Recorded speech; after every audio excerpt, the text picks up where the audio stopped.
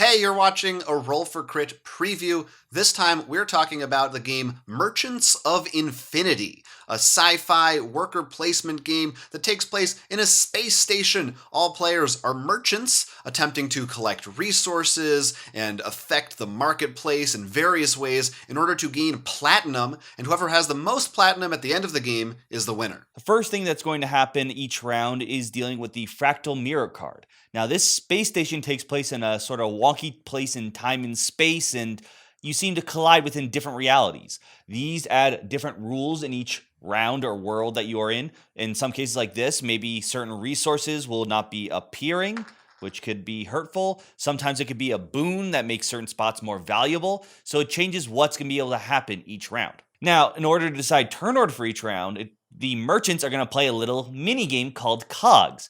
In essence, what you're going to do is you're going to play these Cog cards from a hand that can either be cards from value 0 all the way up to 4, or they could have special effects such as doubling your previous card, helping you get a higher score, or maybe hurting your opponents. Now, you're going to say a number of cards you're going to play. So let's say I choose to play 2 cards. Put them down with your opponents, and one at a time, you will reveal these cards. And after you play all abilities, add everything up, you'll see who has the highest score. They get to go first, descending down in score. Once turn order is decided, each player will have a set of trader meeples in their color, and one at a time, they will be placing one of those onto one of the various spots on the board, each one with its own special abilities or effects that may take place once you go there.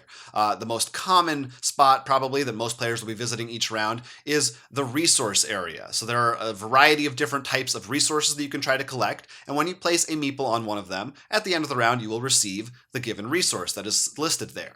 You can only have up to 3 resources each round, so you need to be careful about which ones you take, and you may need to find other ways to get some if you're unable to get there first when other players have already taken up those spots. The big reason you're going to want these resources is for ship orders and vortex bar cards.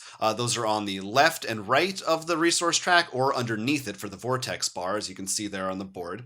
And if you place a trader at either the left or right spot or the vortex bar at the bottom, you'll get to take one of those cards, and you'll be able to attempt to fulfill them with different resources. Now, they work a little bit differently. For ship order cards, there's a number of points that you'll receive if you have the resources listed there and you trade them in. They want those goods for one reason or another. For the vortex bar cards, it's a little simpler. You don't need to have those resources necessarily. You just need to have a trader on the spaces for those resources. So you could potentially still use them for something else, for instance, another ship order card. If you have resources at the end of the round and you aren't able to or don't want to fulfill any cards with them, you can simply sell them off. There is a wheel in the corner that will show you how much each resource is worth. That will change each round, and also players might be able to affect it later on.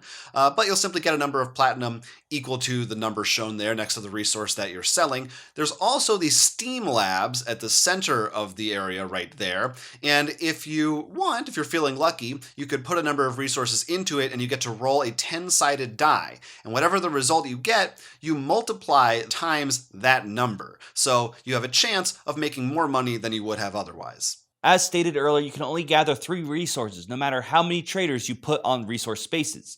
So odds are, once you place 3 meeples around that area, you're going to head off to the upper half of the board. These have a bit more advanced options. Now first, let's continue within the station itself. We have the School of Thought. This gives you an extra trader to work with, and you will hold on to it until someone else puts a meeple there to take it away from you. We have the Auction House. This is another way to get resources, or let's say right now Blue wanted another rock to fulfill this order. They can't get it because it is filled, so they're going to have to go to the auction. Now, if no one else is there, you can get it for cheap, but if other people show up, you're going to start a bidding war. 1 platinum, 2 platinum, so on and so forth. There is then the fractal space here in which you actually get to sort of see into the future. You'll take the top 3 cards of the deck for the fractal mirror cards, decide which one will happen next, and put that on top of the deck. Now, there's also station spaces and nova spaces, and they give a bonus. They could just give you more cards, make things pay out more, possibly do some gambling. A lot of different abilities over there. Now, the Unova spaces are optional. They're a bit more PvP related. It's more of a take that. So if you want to have a bit more of a competitive scene, you can use those to steal from other people, not let them use things, so on and so forth. You're going to continue this for a number of rounds depending on the players. You'll have a countdown here. And at the end, you're going to see who has the most platinum. That person is the best merchant and the winner of Merchants of Infinity. Yeah, so this is a worker placement game, as you can see. I think the thing that made this one stand out to me is that, well, it's also a resource collection game, as a lot of these tend to be, but you're limited to getting only 3 resources each round, unless maybe you can find some other ways depending on certain cards that might come out. But generally, you're only going to be holding 3 resources at a time. So there isn't as much of a long game of hoarding resources and getting ready for a big turn where you trade everything in. Instead, it's really every round you might be going for a completely different thing. And it also, I think, makes it very easy to pivot. If one player is taking the things that you wanted, you could probably pretty easily go for a different ship order card or a different bar card and just change your strategy up, or the market will change next time. So your tactics, I think, are going to be changing around a lot more frequently than I feel like in some other worker placement games. That's right, because you're not carrying resources. In fact, this is what you get. There are no tokens for these resources. You pretty much you use them or you get rid of them. Mm-hmm. And what you're going to do each turn is try to find out how can I be the most efficient with the cards I have in my hand, whether they're the Vortex cards or the ship order cards, as well as maybe the price of the market. But the big thing that's going to change that each round is this mirror card. It can completely change the rules sometimes, like, oh, well, there's no jewels. Well, this double jewel card's worthless to me now, this round. So I'm not going to try to score that right now. There could be something that makes all the Vortex cards score a lot more, and you're like, I'm going to go for those now.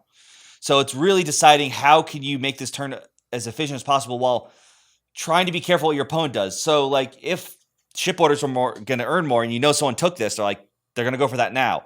So now's the time for me to be a jerk and put my 3rd meeple there so he can't get 3, forcing him to the auction house, which means other players then can mess with him there. Right. Sometimes you might just want to go to that auction house, even if you don't really want anything, just to stop someone else from just getting a cheap item that they wanted. It's like Monopoly. You want to just raise that bidding score. Right. I think the Cogs minigame is also a pretty unique way of determining turn order, because they call it a mini game, and it really does feel like a mini game. It's kind of like its own thing altogether. This fun side game of deciding, when do I want to save up my higher number cards? Is it really important that I go sooner in turn order this round, or maybe I'll just bluff and say, oh, I'm putting like 3 cards in, but they're all 1s and 0s and they're not actually that good. Especially if someone's like, I've got this 0 a player score, he's got 3 cards in there, and then you're like, well, guess what, they were nothing. So it is a bit more of a fun little mini game that isn't too complicated either. So it's just like, get the high value so it doesn't take away from the core of the game itself. Yeah, no, for sure. And those, as we said, those spaces at the top add a whole other variety to things. And those are the ones that, in every worker placement game, there's always a lot of spaces, and usually I feel like the learning period comes from remembering what they all do. A lot of those I think are nice in that they're pretty self-explanatory. They only require like a sentence, like a phrase at the top, and you can figure out what it means. Get this many victory points, get this many whatever it is. Platinum in this case are your victory points. But there's still enough that if you're unable to get the resource you wanted, or you just have an extra guy and you don't really need to put him anywhere, they're a nice thing to go to that will give you some kind of a bonus, and you don't feel like usually you've wasted anybody that you have. It is nice. The Nova Spaces allow that for that extra interaction that some players may be looking for, or you can turn off because you don't want the interaction. In fact, there is in the rulebook something known as the low res variant, which takes away all the things on top. You don't have this card. It's pretty much a much more stripped back version that's a bit more simple. But honestly, this game, it does not take a long time. It plays in a very solid, like 2-player, I think, is only like 30 minutes. And even in 4 or 5, it's like maybe an hour to 90, depending on the people you have. And I don't feel there's too much analysis paralysis, or at least for our group, which tends to be very paralysis heavy. It was not too bad. Yeah, and I think that's definitely in part due to, again, the limited amount of stuff you're able to have. It streamlines it a little bit, I think, in a pleasant way. So yeah, if you're looking for a worker placement game with a sci-fi theme that has a couple different twists thrown in and some stuff to change things up, like we said, with the fractal mirror cards that make things not always the same every round. And there's also that space that you talked about where you can get an extra worker, but it's not like a lot of these games where as the game goes on, you get more and more. It's kind of a thing that might go back and forth. So one turn one player has it, the next turn another player has it. So I feel like it doesn't feel as punishing perhaps than classic worker placement games might. Now, remember, this is a Kickstarter. We'll have a link down below when it's live, and this is, of course, all prototype. I also know that there's some solo rules in the works as well, which is definitely makes sense once you play this. You're like, yeah, this could fit a solo game, which is also nice because we all could use solo games when we don't have people to be able to sit around the table with us. Yeah, so check it out in the description down below for more information. And you can leave a comment if you're interested in Merchants of Infinity. Let us know what you think about it, how you're feeling about it. And until we see you again, my name is Jonathan. And I'm Will. And this was a Roll for Crit preview. Catch the latest from Roll for Crit by liking and subscribing. And don't forget to support us on Patreon. Don't get analysis paralysis. Just click those buttons. Help us out.